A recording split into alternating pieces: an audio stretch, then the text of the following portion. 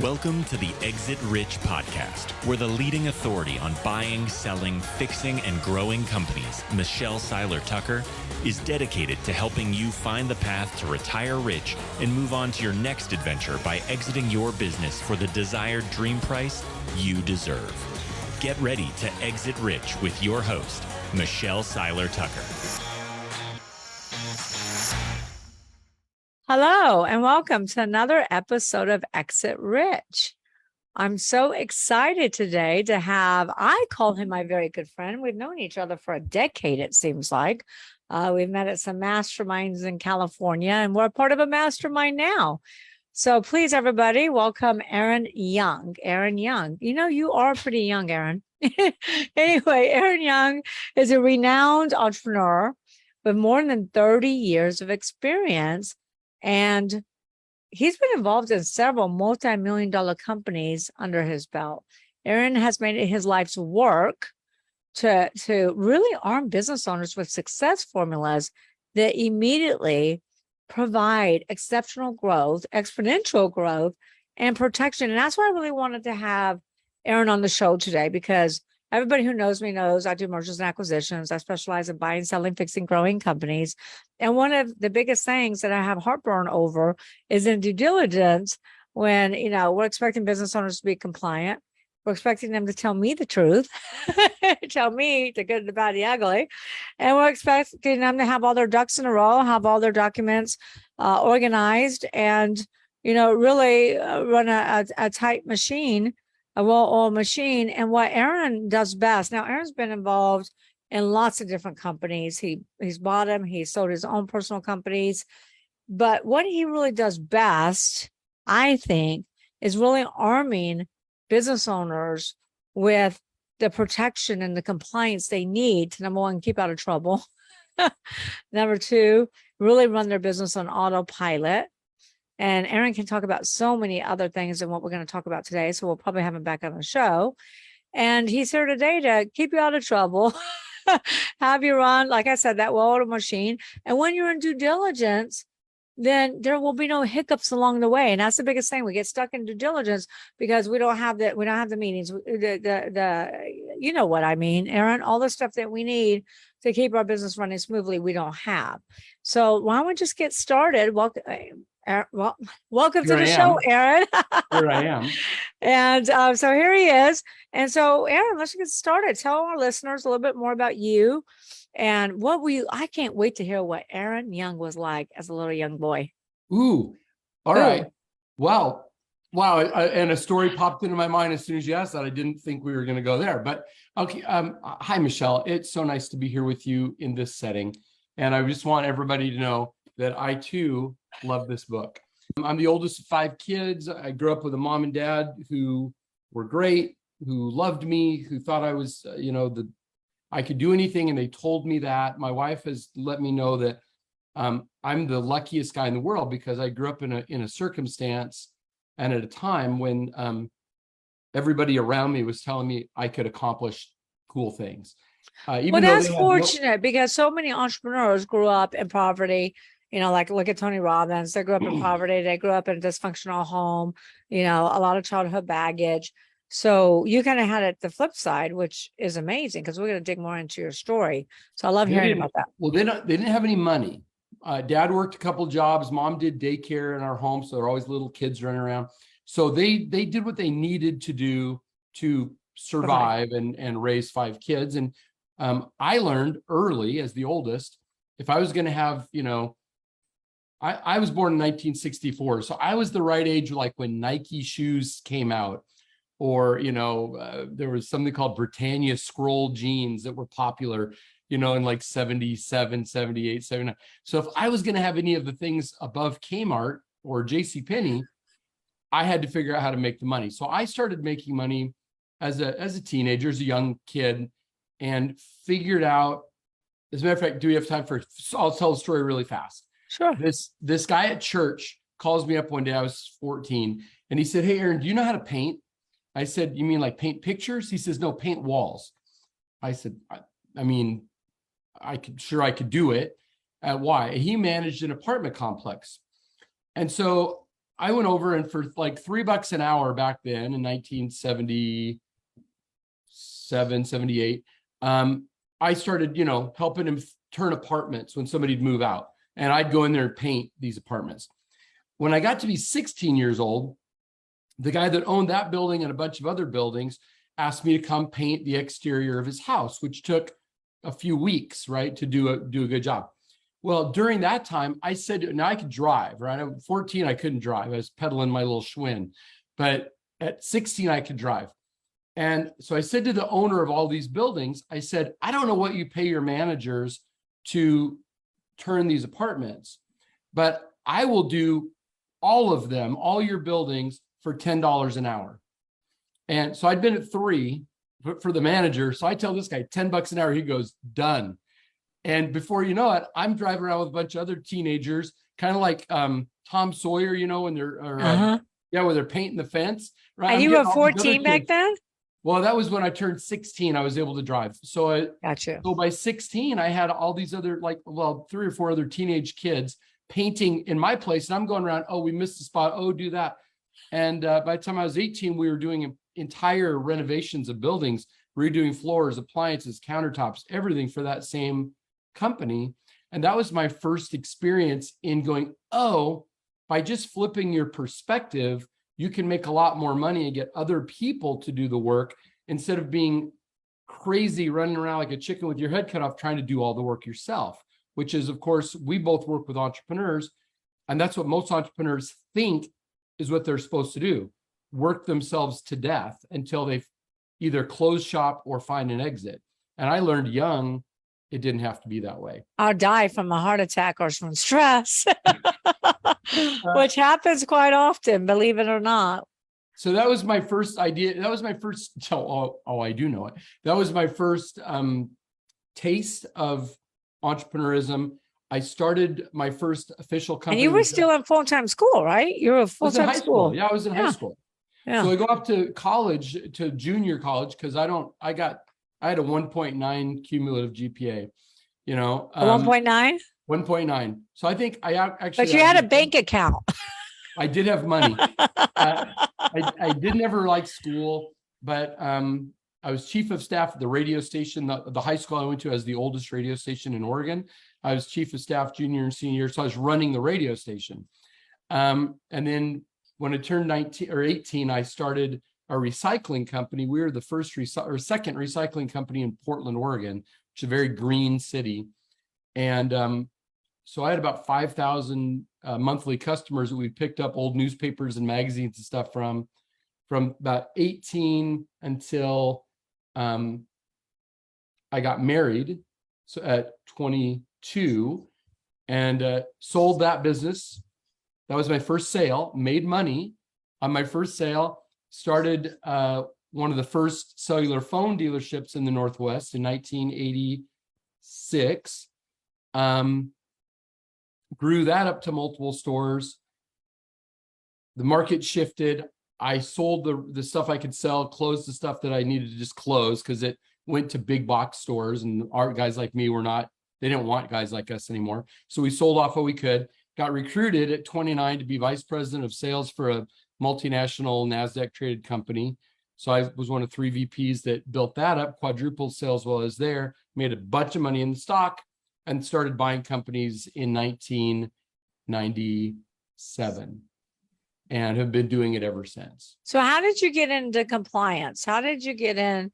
Because I think, when I met you, your main business was around, compliant protection, making sure that companies were equipped with everything that they need to keep them out of trouble, to keep them, running their business smoothly, et cetera. How did you get into that? So, and that's one of the companies that I own does that. So so remember I said I started buying companies. Yeah. So you bought that company. I bought a few Nevada and Wyoming incorporation services. So I think my partner and I had 5 businesses that we had, and we were focused, and we also had a company in Rome, Italy. We had another one in British Columbia. I was doing a lot of things there. Well, all your companies congruent, or were they all very different? Very different. I mean, very different. Okay. Painting to recycling, to cellular, to financial services, to, oh my gosh, I mean, we've sold frozen novelties. We've sold special glass, like a greenhouse. I mean, I've done all kinds of stuff over the years. I buy stuff. So the compliance thing, I had these Nevada and Wyoming incorporators in the late 90s and right around 2000. And 2001, the owner of like the granddaddy of all the Nevada incorporators, called Laughlin Associates, though Mr. Laughlin died, their trust lawyer knew me and knew that I owned other competing companies and said, do you want to buy Laughlin? So I did. Now, here's the thing for your listeners who want to buy or sell or grow a business. Other than calling me. Well, I said, other than calling me. Yeah, well, so this company was 29 years old, Michelle. Yeah. 80 employees, about 9 million in revenue. They had 17 lawsuits going at the time. They were suing clients and people were suing them. They had 300% turnover in their employees. 300, that every job was being replaced 3 times a year. Oh my gosh. They had this weird, very sexist, very alt-right wing, like they had a prayer meeting. Now, I don't care if people pray. I'm a prayer. But to require your whole team to gather and have a prayer meeting every morning. That doesn't seem legal. Is that even legal? Well, I don't know, but it was Carson City, Nevada, back in the day. Yeah, I mean, I believe in praying too. I don't know if you can make your employees pray. Oh, women had to wear skirts or dresses. Men had to wear a tie. And I don't have any problem with professionalism either, but it was a very sexist culture. And I won't go into all the details. The point is, you said, how did I get into it? Yes. So it was an opportunity. I thought I would fire all the employees, keep the age on the corporation, keep the client list, and just morph it under the roof of one of the other incorporating companies, one of the other, resident agent businesses. But I got in there and we interviewed all the staff the first week. I fired 30 people the first week, and then I repositioned. There's, you know how it is. You have your style, your P's, what is it, 6 P's, 5 P's? Yeah, that's 6 P's. 6 P's. You have your 6 P's. Whenever you're buying companies, you have to have some formula you follow. And I did that. And one of the things that I've learned to do is sometimes you have to fire people. You say, Michelle, thank you for all you've done. We're terminating your position. Now, here's another position that's available if you are interested in it. But, I know you're in customer service, but I'm going to move you to sales. Or I know you're in accounting, but I'm going to move you to the front desk. And they can come or not. That's up to them. But that's after you really get to know the people. You get to know their skill sets. You get to know how they're working right now in the current environment.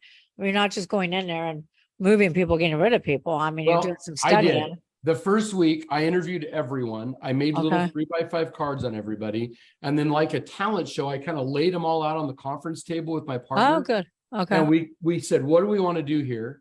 We knew we had to get rid of the toxic part. So we fired those people. And then we looked around and said, okay, we need to reorient the workforce here. Who do we want? Good to great, right? Who do we want on the bus? Yeah, good to great. And we did that, and almost everybody stayed. So we ended up with like 40 some people.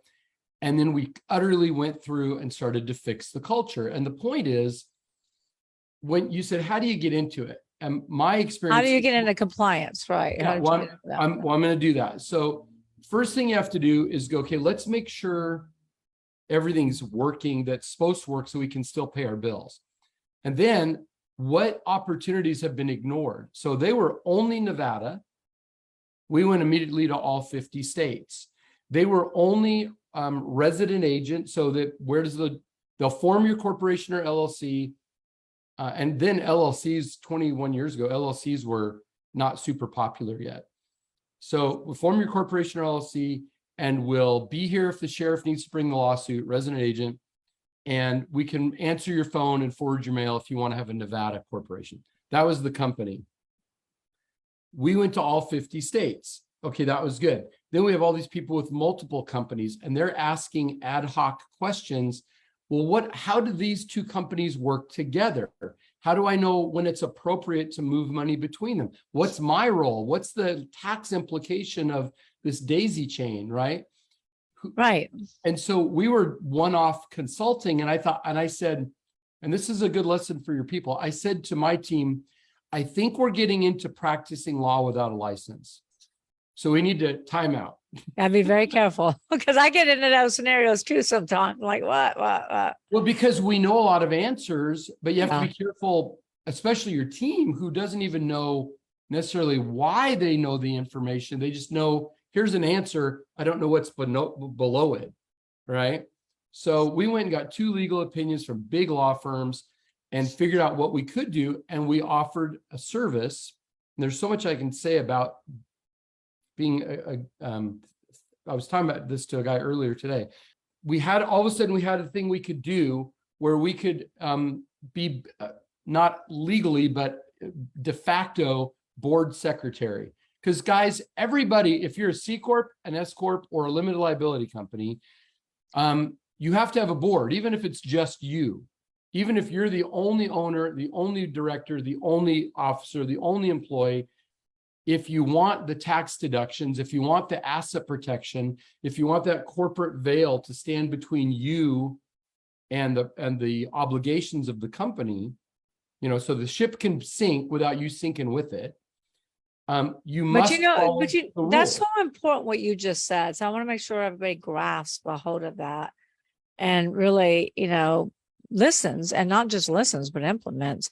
You have to have a board no matter what. No matter how many employees you have, right? If you're it's required by the law. If you're a party of one, you have to have a board. And most companies don't have that. I would say, gosh, what would you say out of small to mid-sized companies? What percentage would you say that don't have that? Well, I'll say 2 things. One is they all have a board, but they don't know they do. They have a board, but they don't know they do. Because they're the board. Correct. By and the they're law. not properly set up by law. Correct? Correct. So let's, okay, I can geek out on this stuff. Okay, first of all. Why do you think I have you talking about it so you can geek out on us? Okay. So, okay. Here's sort of what happens in my experience. Somebody says, I'm going to quit my job and start a business, or I'm going to start a side hustle, or I'm going to do whatever I'm going to do, but I'm going to start doing something. Maybe they start an entity, maybe they get a corporation or LLC, or maybe they don't. Maybe they're just a sole proprietor for a while. They have a doing business as, they have a name, but it's just them. Now, I'm not going to spend much time on sole proprietor. Just say this. If you're a sole proprietor, you can have 1,000 employees. You can have 1 million employees. You're not obligated to have an entity. Just remember, everything that you own is at risk. Everything. The art above your couch, your grandfather's coin collection that you inherited, your everything. Everything. If you have a problem, if you get sued and you lose, which piercing the corporate veil, well, this isn't even a corporate veil yet. If you lose, because they'll name you, you're going to lose some stuff. So 500 years ago, you can lose everything. Everything. I can tell you story after story of people that have come to me after that and said, I can never go through that again. Yeah, I don't know why anybody would ever be a sole proprietor. It makes 0 sense, but go ahead. Because it's easy, and if they're just getting started, they don't have, a few $100 to start. They just don't do it. And then they get going and they go, well, nobody's ever sued me. Nobody's ever threatened me. I've never been audited. And they live in this Pollyanna fantasy world of hopefully that'll never happen. I don't think it will ever. I'm nice. I'm honest. I'm small. These are all fantasies. These are all lies we tell ourselves to make ourselves feel better. So sole proprietor, everything's at risk. Hundreds and hundreds of years ago, just quick history lesson, merchants in Europe primarily would lease or rent a boat, a big ship, and get a crew and they would put merchandise on the ship, and they would sail to some other port, sell that stuff and buy other stuff, go to another port, sell, buy, and they would make some money, right? Well, theoretically. But these, if you've ever seen any of these little wooden ships, they're not like the most high-tech kind of boat. And a lot of them went down. Yeah. Scuba divers love that because there's wrecks to go dive around. So ships sank. People are still looking for gold doubloons and pieces of 8, right? From the 1400s, because the ship sank. Well, the merchants understood that there was a risk, and all their investors for the voyage understood there was a risk. So they would go to the crown, to the monarchy, and say, hey, help me out. And then the crown would give a special dispensation for a corporation. Right. And the corporation separated the business activity from the owners.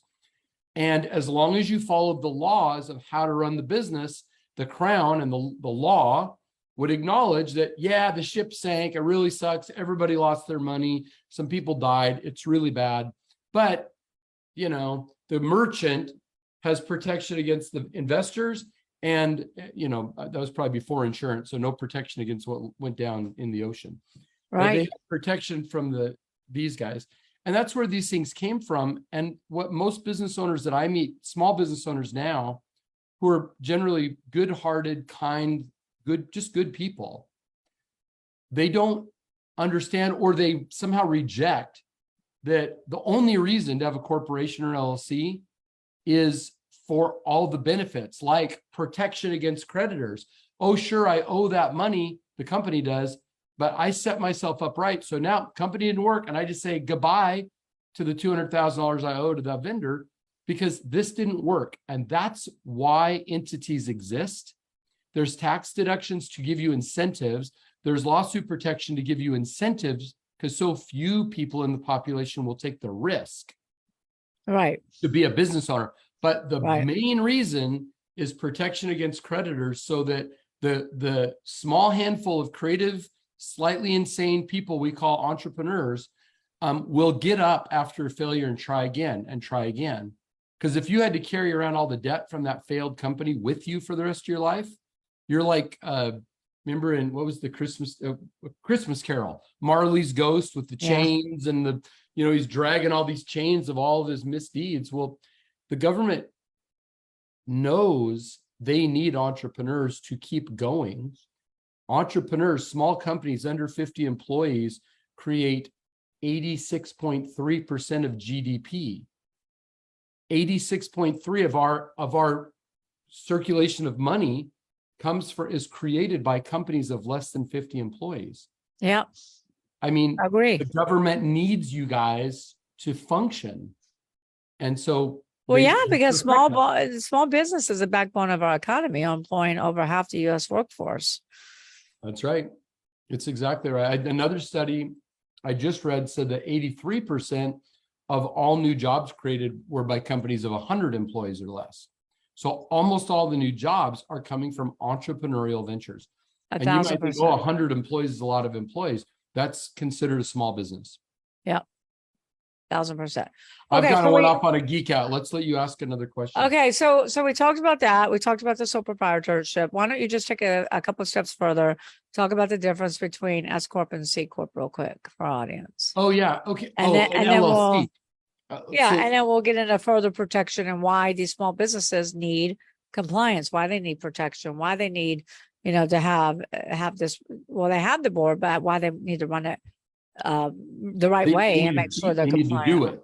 Yeah. They need to do it, right? Just having it is one thing. They don't even know they have it. So I'm sure there's a huge awakening right now.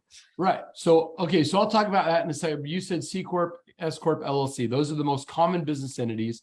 C Corp is, so when people say to me, hey, Aaron, which one should I, or does it matter? I had one person that you and I both know, I'm not going to drop their name, but from years ago when you and I first met, but she calls me up Thanksgiving Day. Oh, it's a she?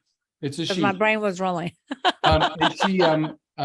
She says, we're rebranding the company and we're wondering, what do you think? Is it better to say Inc., INC, or LLC? It's not a branding issue. Are you incorporated or do you have an LLC? Like I'm incorporated. Seiler Tucker's incorporated. Yeah. Go Okay, ahead. but the point is, she's a smart person too. She's very successful, but she didn't understand that there was a difference. So, and a lot of people don't. As a matter of fact, most people that I meet, first of all, right now, everybody's forming LLCs. LLCs, that's probably 70% of what we do, forming LLCs. However, and I love LLCs. I have a number of LLCs personally. So do I. Yeah. But I will say this, LLCs, it's like saying, okay, I have a motorcycle and I have a minivan and I have a dump truck. All right. So you can go from home to the grocery store on any of those. You could drive the dump truck to the Safeway or Piggly Wiggly or whatever, right? You can drive it over there, or you can drive the minivan, or you can ride the motorcycle. So it'll get you from point to point, and that's C Corp, S Corp, LLC will get you from point to point. There's a fourth choice. You can have Whole Foods delivered to you. Well, that's a whole different thing, and that goes back like to I do. That goes back to the peas. But what I always say to people is, okay, well, if you have to go get, if you're going to take 5 kids to school or the park, do you want to do it in the dump truck? You're going to throw them all up in the bed of the dump truck, and then pour them out when you get there? Are you going to put them one at a time on your motorcycle, or are you going to put them in the minivan? Well, we're going to use the minivan. If you want to move rock, are you going to do that on the motorcycle? Yeah. One little bag at a time, right? Yep. And so on. So what you want to do, folks, is get the right tool for the job. And there's reasons to use a C Corp. There's reasons to use an S Corp. There's reasons to use an LLC. They're not one size fits all. They're not mix and match.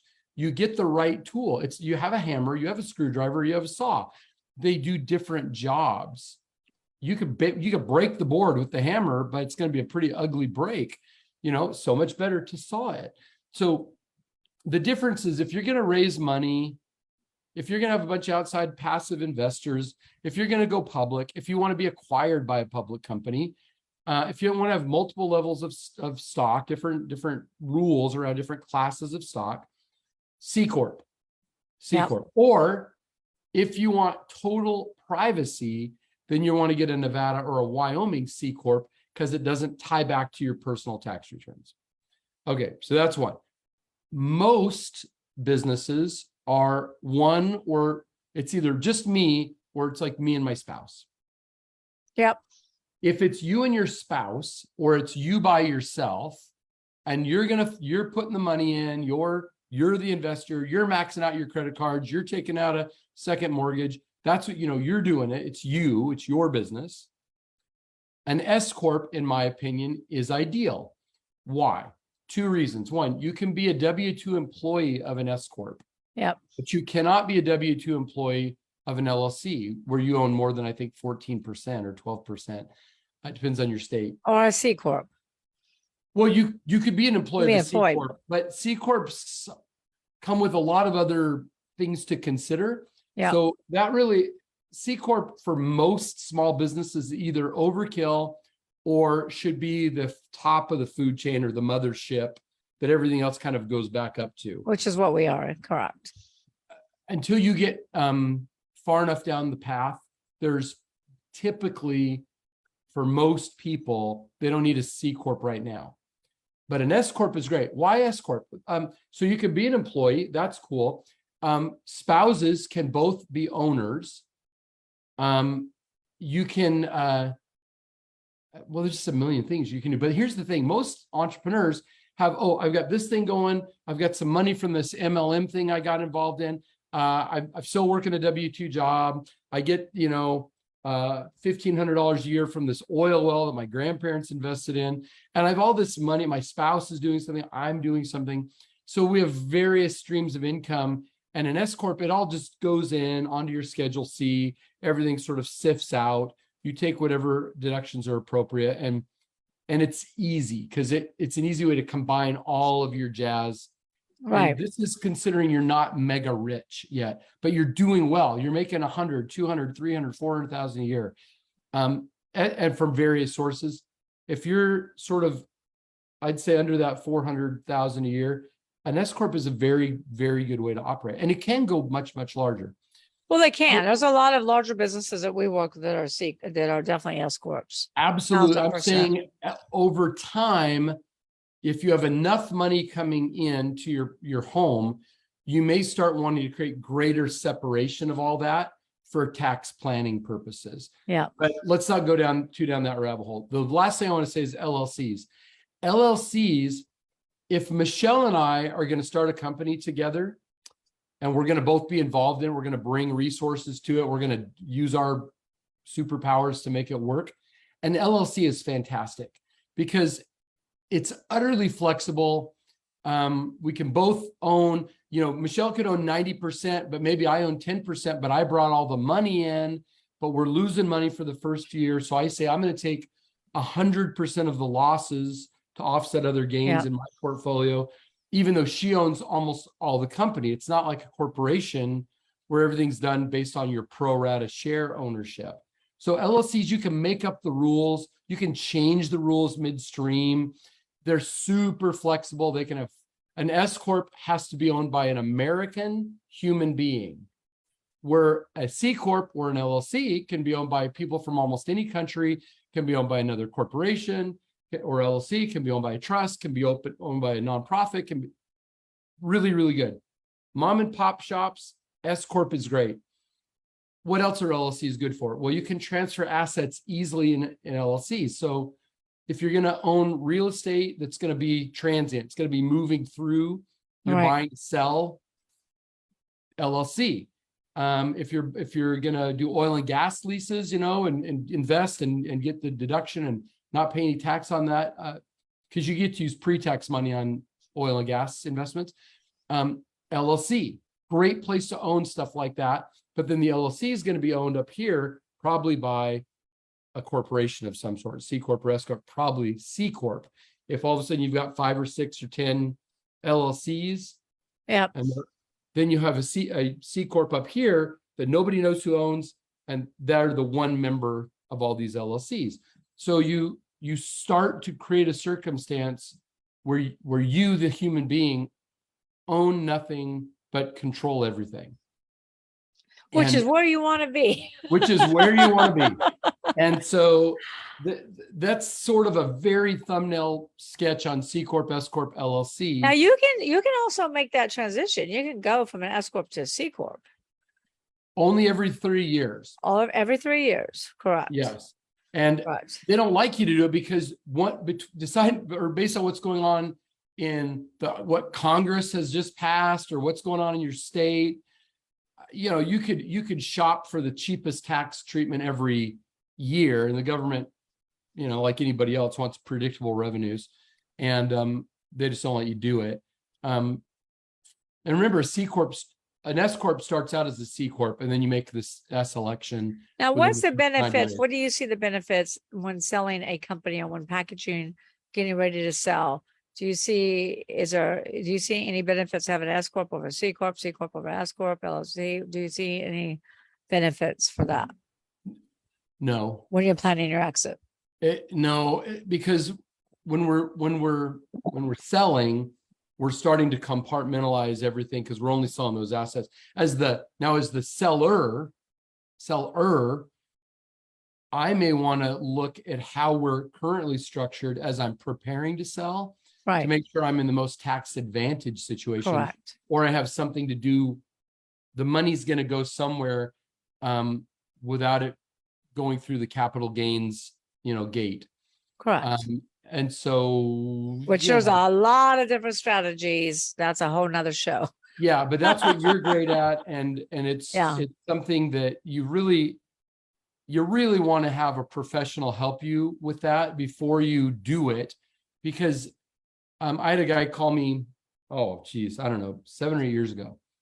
And I charge an hourly fee to ask if you want me to really look. Everybody's like, can I just pick your brain? It's like, no, you cannot just pick my brain. Oh, you mean I'm not the only one that gets that? People are like, I just bought your book.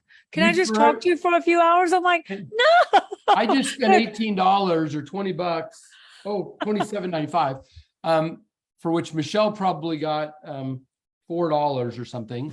And 'cause all the money goes to the publisher. And Yeah. And you and want to now pick my you owe brain for me. 2 hours. But the thing is, people appreciate what they pay for anyway. So if you give it to them free, they usually don't act on it. If you charge them a hefty fee, and you give them, and you're legit, like you can actually teach them something like I know you can, Michelle, and I believe I'm in that category too. Sure. People will take action. So somebody called my assistant. They wanted to have me look at a contract. They're going to sell their company. I said, well, I need at least 2 hours up front, which is $2,000 an hour. This is not work I want to do. I am not a consultant. I'm not a lawyer. And you're not an attorney. Yeah. And I'm not a lawyer. No, I'm not a lawyer, not a CPA, and I'm not a consultant. I own companies. That's what I do. But I do know some things. And so these guys paid. They were a little gripey about it. I sure hope. So I had an hour. I wanted 1 hour to read the document, which took more than an hour, but that's what I charged them, and an hour for the conversation. And we sat on a phone call for 40 minutes probably with them telling me all their stuff, and and their lawyer was on there and their accountant was on there. And they were telling me all the reasons why they think they have this really dialed in. And I said, okay, have you guys looked at this section here? I'm of the opinion, and the lawyer and CPA can tell me if I'm right or wrong. But I think if you fix this, which really had to do with exactly how the company was owned, you can save yourself several $100,000 in the sale, in taxes. And everybody sat there quietly. And then the professionals were like, oh, he's right. He's right. Sometimes even professionals need somebody like Michelle Seiler Tucker who understands the transactional nature of it versus just the pragmatic process. Here's how you write a contract. Here's how you do a tax return. You need somebody who's looking at the transaction and what are the byproducts of a transaction. Yeah. And that's why a business broker is so important, because M&A advisor, business brokers sell pizzerias and coffee shops. Restaurants. Well, that's your vernacular. Advisor sells larger businesses. Okay. Well, what Michelle Everybody does, says that. Whatever her vernacular, I support it and I endorse it. Thank you. but somebody who's in the business of helping people buy and sell and especially mergers and acquisitions. Right? Acquisitions are easy, mergers are hard. It's easy to buy something, but to get it to fit in with something else is very difficult. Yeah. That's why somebody who's in that as a professional is important. And that's not me, that's you. Yeah. And I'm glad people are listening. I have no idea how many people are listening, but I hope a lot of people will pay attention to, if you're trying to sell something, don't keep your own counsel. Make sure you get some other perspective on it, because you may leave thousands or hundreds of thousands or millions of dollars on the table by something that you simply don't know you can do. Yeah. And, that's such a brilliant point, because it's always been, I've been doing this 22 years. You know that. I've been doing this as long as you and I have known each other. And every seller's like, no, I got my own attorney. No, I have my own CPA. And we have this conversation before I ever start working with them, because I'm always educating and saying, listen, you probably have a great attorney. You probably have a great CPA for what they do. But how many deals have they done? How many M&A transactions have they closed? How many tax mediations have they done? Do they know anything about DST, the first sales trust? And the answer is no, but they still want to use these professionals. And what you get with a true M&A professional, M&A advisor, is you get their circle of influence, you get their resources, you get their attorneys, their CPAs, and they know what they're doing. I have a group of CPAs and attorneys. I have attorneys who are also CPAs. They're licensed, both professionals, and they know so much more what they're doing than the local CPA or the local attorney. But people become stubborn. We got a guy right now where I could save him about $12 million in taxes, and he doesn't want to use the DST. He's like, no, that's okay. I don't want to use it. I don't want to lose control. But if you know anything about certain DSTs, you're not losing control. Yes, it's arm's length, because if it's not an arm's length, then you're going to be taxed on it. but there's a trustee. They can't spend your money without your authorization to do so. But they just don't listen because they think their professionals know everything. And so it's always so important to align yourself with the M&A advisor that really has those professionals, that professional team. And even with that professional team, like my attorneys will say, look, you hire Michelle, I'm going to save you about 10% on your bill because she does all the heavy lifting. But when it comes time to doing that negotiations, Aaron, they don't know what to do. It's, I come up with 20 different ideas and I come up with maybe two. Well, one or two. They've never done it before. And that's not their job. Their job is No. to legalize everything and make sure you're protected and make sure, that they're decreasing your tax liability and make sure that, that you're not going to get bit in the end because of reps and warranties and so on and so forth. So, yeah, I mean, that's such a huge, huge, huge point. Yes. And that's why I love what you do. I want to go back to those entities because the other thing that I've sort of we've talked around a little bit, but I haven't actually said it, is this. I'm just closing on 2 companies right now. Both of them are very entrepreneurial businesses. One of them, the seller, has never sold a company before. She came out of school. She's a CPA. She built the company up. She's making money. She's hired a bunch of people. There's about, I can't remember if there's 8 or 10 people that work there for her, and they're growing. We're starting to talk about this, we're going to bring her under the tent. So she's still going to be an owner. We're going to be owners, but we're going to now have a lot of influence in the direction of that business. One of the hardest things was to get her, with all of her education, with all of her gifts, with all of her success, to see the strata: owner, board member, employee. So officer, employee, right? In her mind, that's all one thing. It's mine. It's my business. And I was saying in writing up the agreements, I said, well, okay, but you're an owner. That's not going to change. But if we come in and now we're, in it for half of the responsibility, you are an owner, but you could quit. You could walk away and leave it to us to have to pick up the pieces. Your job is separate from your ownership stake. Whenever I hear business owners go, well, I didn't have very much money, so I gave these people these shares, right? And now they're causing a problem.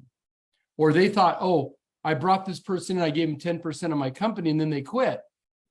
You think you're going to get the shares back, but you're not. They have the shares now. Yeah. Right?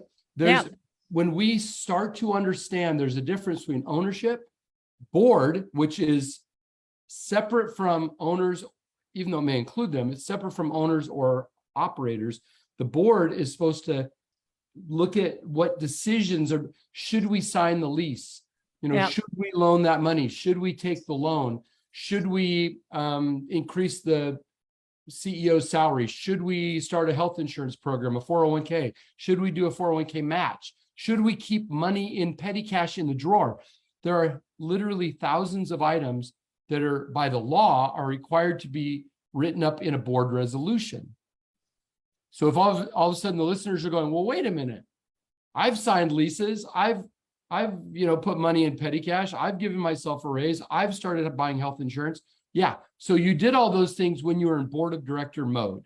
You didn't know it, but you were. Yeah. Why? Because you're in board of director mode. Well, just everybody think about this for a second. Michelle, you think about it too.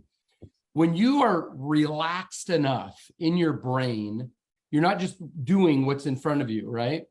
When you're chilled out enough where you start to get kind of creative ideas about what to do with the business. Where are you? I mean, most people tell me I'm in the shower. I'm on the airplane.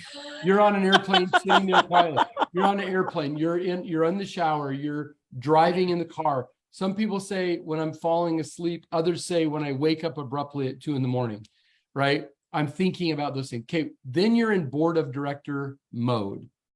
You're not an owner at that moment and you're not an officer. You're the board of directors, even if it's just you alone.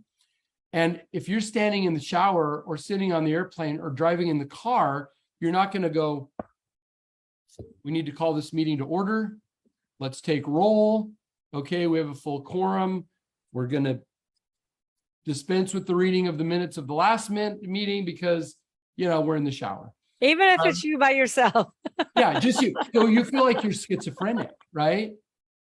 But if you have a corporation or an LLC, and if you're taking corporate deductions and you're wanting corporate lawsuit protection, you're wanting the corporate veil to separate your personal stuff or some other company that you own stuff from over here, you must, by law, hold board meetings and write a resolution at or near the time that the decision is made. When you get audited, it doesn't matter how great your financials are. If you haven't written anything in your minute book, if you haven't put your name on a stock certificate, taken it out of the 3-ring binder and put it over in your safety deposit box, you don't even own the company. If your name now listen to that, you got to say that again. If you haven't issued yourself stock, you don't own the company. That's right. So this is huge. How many businesses are actually compliant? Well, we work Operating with a board. huge numbers of clients. I speak to thousands and thousands of people a year. We have almost 50,000 customers. I would say when we meet people, 95+% are not doing this. Yeah. And that's not just small businesses. Mm-mm. That's larger business. That's medium-sized businesses. That's even, I've seen businesses with, 100 to 500 employees not be compliant. I call the ones that you're probably describing, I call them not small, but closely held. Like Yes. I own the business. Like I have a brother and sister right now that own a $65 million company that we're selling, and they're not compliant. No, because they talk to each other all the time. Yeah. They're not thinking about official board meetings. They've grown up together. They know each other, whatever. Yeah. But here's the deal. If you want, I'll give you 2 quick examples. One was a guy I was speaking at a big conference center. I was rushing through the empty hallway to get backstage because I was late for my talk. And yeah, I was probably there when you were late. You might have been. Well, there were banners up with our faces on them all over the place. And so people knew I was one of the speakers.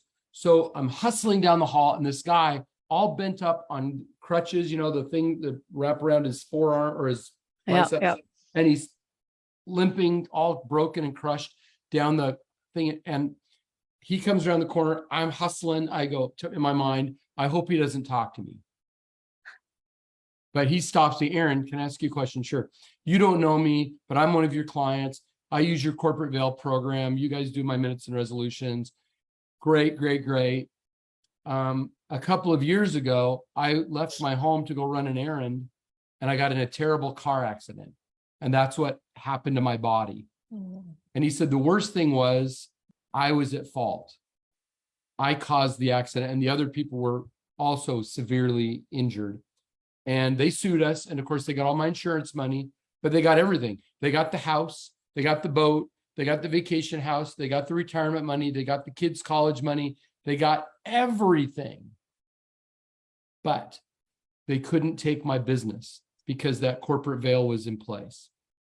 And so we were able to rent a home, and I was able to take care of my family and meet my obligations and take care of my medical issues and all this stuff. I lost all my personal stuff, but they couldn't take my company. So there's a reason why you want the corporate veil in place, why the minutes, resolution, stock ledger, all that is managed properly. The juxtaposition on that, the flip side, I go to speak at this women's business conference in Indianapolis. This really cute, pretty young African-American lady comes running across the room, and she throws her arms around me and gives me a big hug. Hey, Aaron, I've been so excited to see you. And I'm like, who is this? I don't know who this is. It's one of your fans, Aaron. Get used to it. So she says, I said, why were you so excited? What do you want to tell me? She goes, like 4 or 5 years ago, I became one of your clients, and you guys do my minutes and you call, and your team's great. But after a year, I thought, I'm pretty small and I see what to do. And am I kind of a sucker? Like, am I kind of stupid to keep paying this company to do this? But she said, but I renewed, and I renewed again. And every year I wondered, am I kind of foolish that I'm doing this over and over again? And this is not a lot of money. This is inexpensive. I'm talking about $50 a month, right, to use the service. But anyway, $50 a month. They could they could save your life. It could save your family life. yeah, the first year is Yeah. $1,000 and it drops down to $499 after we've gotten you caught up. But Yeah. anyway, I'm not here to sell anything. My point is, she wanted to throw her arms around me and thank me because she said, I applied to be a government contractor as a double minority, a Black woman. She goes, you know what? The first thing they asked me for, 3 years of minutes and resolutions. They wanted to see my minute book and see 3 years that I was operating like a real business. Even though She had a business and she was getting a government contract. She wanted to become a vendor to the government. Yes. Yeah. As a business. Yeah. Yeah. Okay. So the first part of their due diligence was 3 years of minutes and resolution. And she said to me, and I had them. Now, it's pretty dull. Oh, we're going to write down your minutes. We're going to ask you questions and figure out what needs to be in resolution form. We're going to make sure your stock ledger has the right things written in it. That's not like make $1 million in a month or drop 50 pounds in 60 days, right? It's not like that. Come to the beautiful resort with all the beautiful people in bathing suits and sun and drink your pina colada. I don't do that stuff. I do stuff that's form entities and make sure they stay compliant so the business owners that we work. Matter of fact, our mission statement is we build a fortress around our clients' personal and business assets. That's what we do. And every business owner needs that. Everyone does. And we're 51 years old now in the company. We have tens and tens and tens of thousands of clients. And we provide really basic, we don't do the sexy stuff. We do all the structural stuff so you can go out and build whatever, mansions in the clouds that you want, but we'll make sure that your foundation is solid. And one of the most critical places where people mess that up is not remembering there is a board, not having regular board meetings, not writing the things down in proper format and then putting them in your minute So book. what happens if you don't do that? Like if she didn't have Laughlin Associates and she didn't do that, and she's trying to get the government contract, which can catapult our business to the next level, obviously. Right. Then what do? You go backwards and try to figure all that out? Can you go backwards? Is there? You can if you know what you're doing and you don't do it fraudulently. Our service includes, so let's just say you wanted to sign up for the service. So it's $1,000 that first year. And that's going to go forward from today for 12 months. $1,000 a month for the first year. $1,000 for the year. Oh, for the year. So, okay. $80 a month or whatever. Okay. So we're going to call you every month. We're going to interview stuff out of you. We're going to create the record set, but we're also going to go back up to 5 years and interview that stuff out of you and create all of that as well.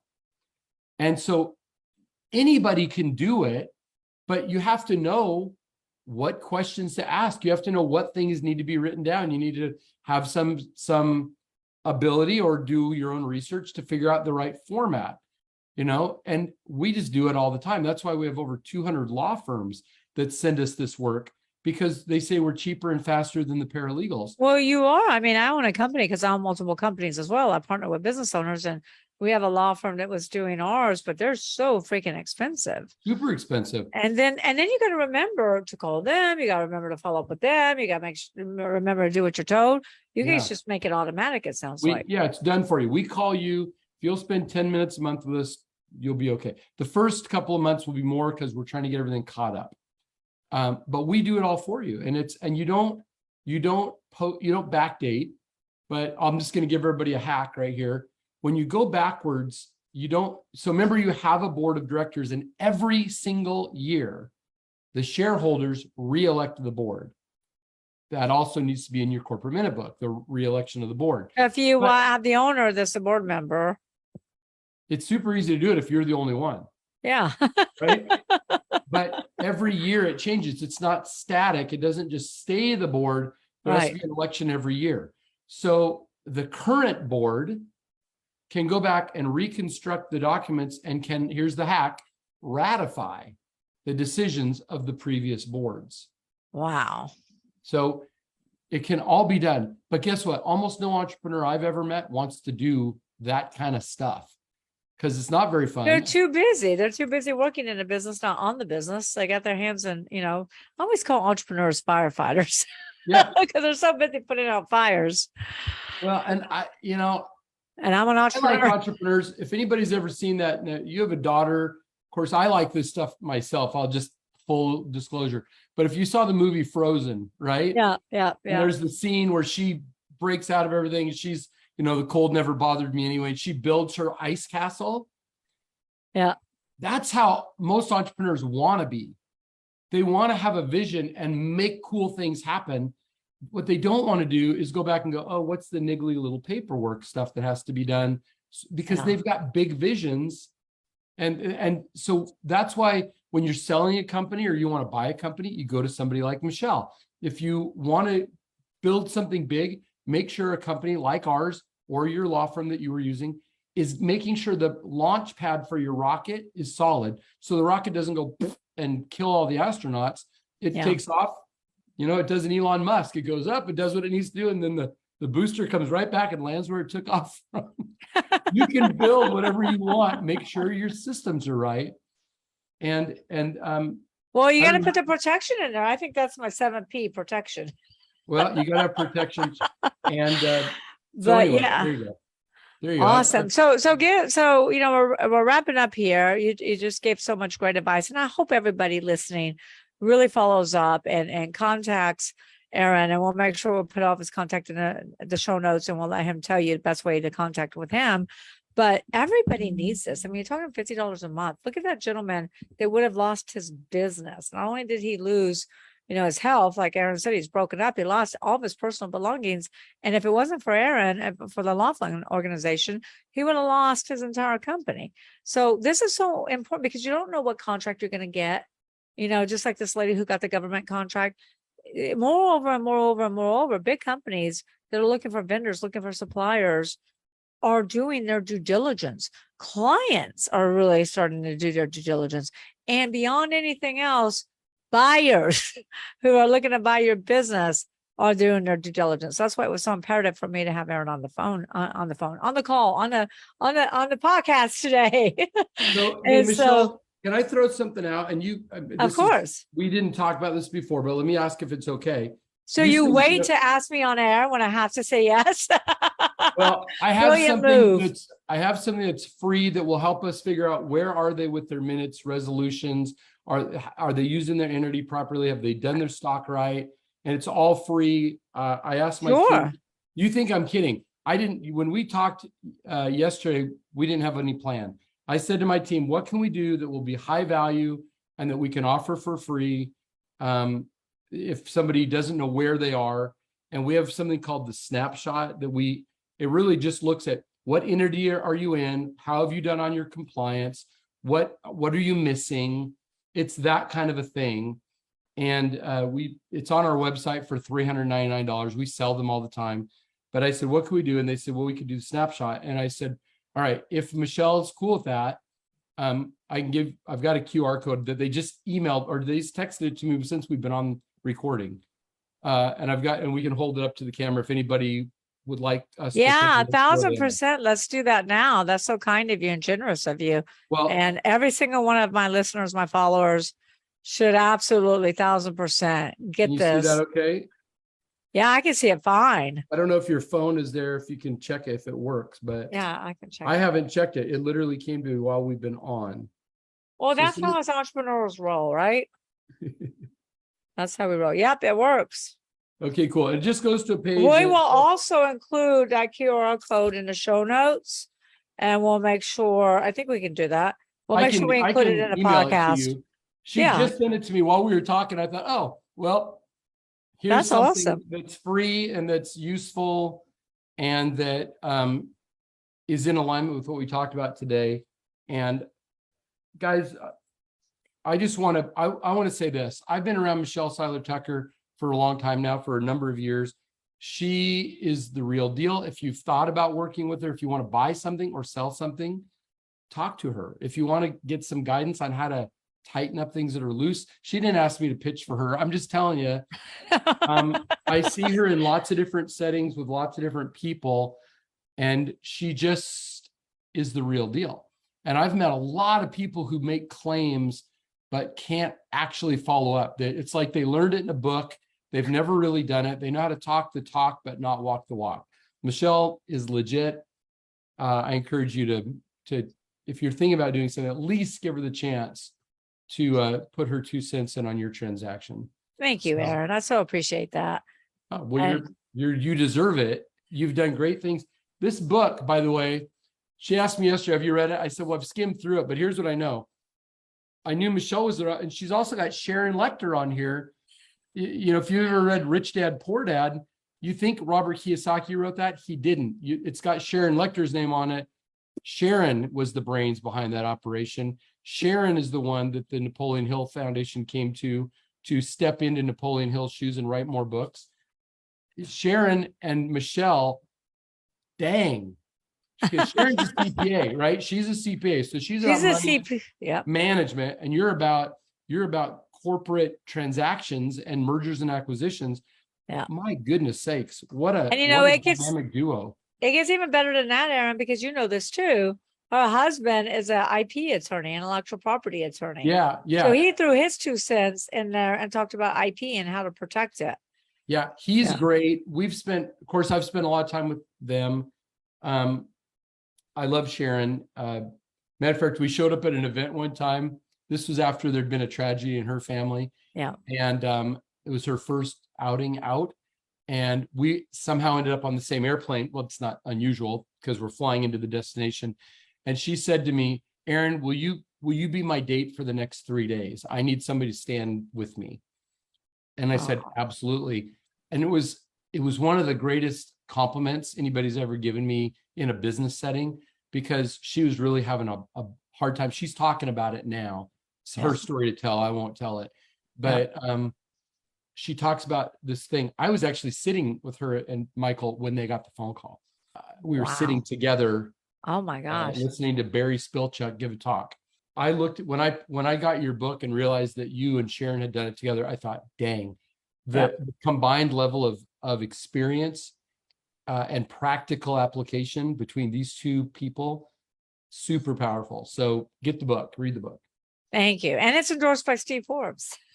It is endorsed by Steve Forbes, and Steve Forbes is fabulous, and he's right on the front. But I'm going to tell you, you look at some of the other people in here who are, here's a guy with an interesting perspective, Rob Angel, inventor of Pictionary, who realized he didn't know how to get games on the shelf. So he licensed them way back when, and he's been a multimillionaire ever since. And every time you buy Pictionary, Rob gets paid.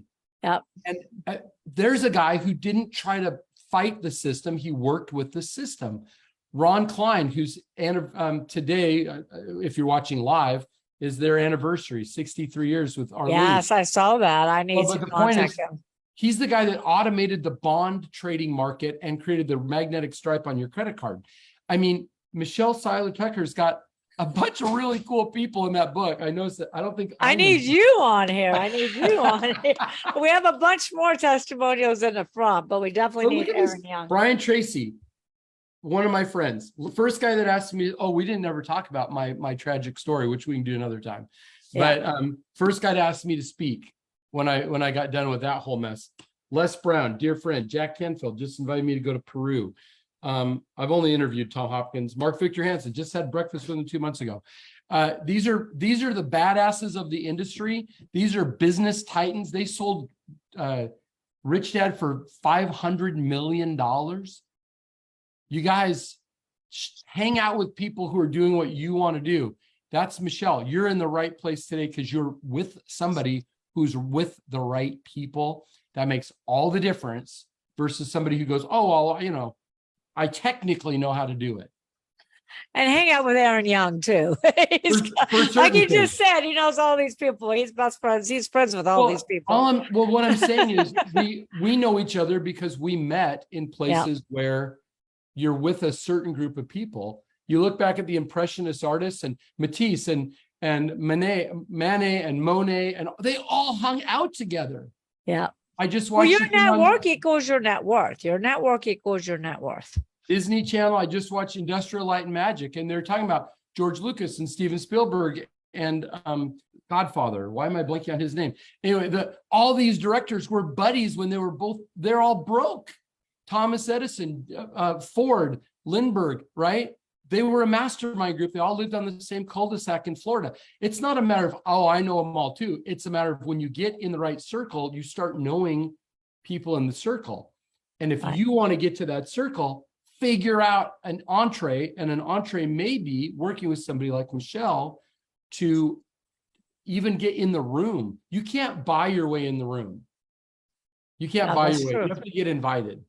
And it's funny. And then you got to ask the right questions. You got to serve other people to be able to stay in the room. Yeah, you can't be self-serving. You got to be additive. Cannot be self-serving. So guys, make smart choices so that you can actually, I'm going to give a shameless plug. If you want to actually exit rich, make smart choices along the path. Begin with the end in mind. Know what you're working toward when you start, so you'll form the right entity. You'll do your corporate compliance. You'll put buy-sell agreements in place. You'll do all the things that will give you the greatest likelihood of success. And so I'm delighted I could be a part of this today. I hope people will let us help them out. I'll email you the snapshot. You can put it somewhere. And thank you, Aaron. And we're going to talk about how to make your program part of my program, because it starts with compliance. It starts with getting your ducks in a row. It starts with doing things the right way. And it's not what you know that gets you in trouble. It's what you don't know. And I guarantee you, so many entrepreneurs are like, oh my God, I'm one person, or, oh my God, I have, 25 people. I didn't know I have to have a board. And so you need to start. Now you know. So now you need to implement, you need to organize, you need to hire Aaron Young's company, and move forward. Take advantage of that that snapshot, right? It's called Snapshot. Snapshot. Yeah. Just where are you and what's working, what's not working. And hire Laughlin Associates. So thank you so much for being on the show. And thank you for that great plug. I mean, I'm gonna have to have you on more often. I'll talk about that. Well, I don't do it. I also don't go on programs so sweet. where I don't believe in the people. That's sincere, Michelle. I don't go on programs where I don't believe in what somebody's doing. Yeah, I agree. 1000%. Well, thank you so much. Any last minute go to nuggets or any last minute hacks you want to tell our audience? I would just say this, guys. There's no better thing than you can do for yourself than figure out what you want out of the effort you're putting into whatever you're doing. So don't just work to accomplish something and get specific. And if you do that, you will find, well, like Thoreau said, you'll meet with a success unexpected in common hours. It's the way you get in the room. It's the way you advance quickly. It's the way you land on your feet after a problem, is when you get clear on the outcome that you want. And you can go to somebody like Michelle and say, Michelle, here's what I'm trying to accomplish with selling my company. Here's what I'm trying to accomplish by buying something. And you know why you're doing it and where you're going, instead of just what can I make money at, or what can I, if you get clear on the outcome and quit worrying about how you're going to get there, get clear on the outcome. Yeah. The other stuff fills in. The problem, people suffer from a lack of specificity. Get really specific about what you want, and you'll find you'll get there much faster. Yeah. I mean, that's what Think and Grow Rich talks about. And, in my book, Exit Rich, we talk about the GPS exit, where you just said what I always say, start with the end in mind, what Stephen Covey said. Stephen Covey, right? Yeah. And then figure out that destination, know what you're worth today. But absolutely get crystal clear. And that takes more than just thinking about it in the shower or thinking about it on the airplane. You really need some deep soul searching and some deep meditation. And I've been trying to meditate, but you know how fast I move there, and it's hard for me to sit still. But that really takes some soul searching. 5 minutes. Yeah, 5 minutes. All right. Well, thank you so much. It was a pleasure having you on. It's good to see you again, my dear friend. It's nice to see you, and we'll be together in November, I think. Yes, and we'll definitely have you back on. And thanks a lot to all my Exit Rich fans, everybody who reads Exit Rich, everybody who listens to our podcast. This is some brilliant information, brilliant. And it's easy. It's easy to start, and it's easy to stay compliant once you engage Aaron and his team and Laughlin Associates. So we'll put everything in the show notes. Share this with your sphere of influence. Share this with your coworkers, your fellow entrepreneurs, your family, your friends, everybody you know. Share this information, because it could literally save your business. It could save your life. It could save your family. Amen. So thank you so much. Until next Tuesday, we'll see you on another episode of Exit Rich. Thanks again.